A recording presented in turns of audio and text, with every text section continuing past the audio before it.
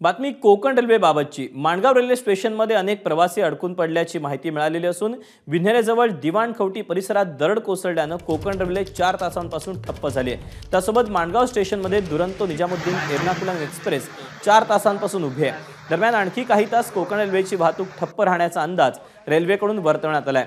दरम्यान पनवेलमधून 4:15 वाजता निघालेली मत्स्यगंधा एक्सप्रेसही रोहा स्टेशनवर 5 तासांपासून उभी आहे।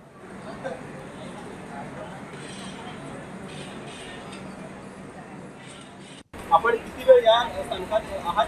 कुठे जाणार आहात? आम्ही सुरतला जायला गेलो। संध्याकाळी 7:30ची गाडी होती। 1 तास आधी म्हणजे 7:30 आम्ही स्टेशनला पोहोचलो। तिथून आल्यापासून आम्हाला फक्त एवढं सांगितलं असेल की काहीतरी प्रॉब्लेम झाला, तुम्ही तिकीट कॅन्सल केलं आणि किती वाजता गाडी येणार आहे, कुठं कधी चालू होणार आहे, काय अपडेट आहे, तर कोणत्याही प्रकारची अपडेट दिली जात नाही। नमस्कार। मन शुद्ध तुझं ही वेगळ्याच प्रकारची मालिका तुम्हा सगळ्यांना खूप आवडली होती। याचा दुसरा सीझन कधी येणार अशी विचारणा झाली। प्रतीक्षा संपली आहे मित्रांनो। येतोय मन शुद्ध तुझंचा दुसरा सीझन। होई मन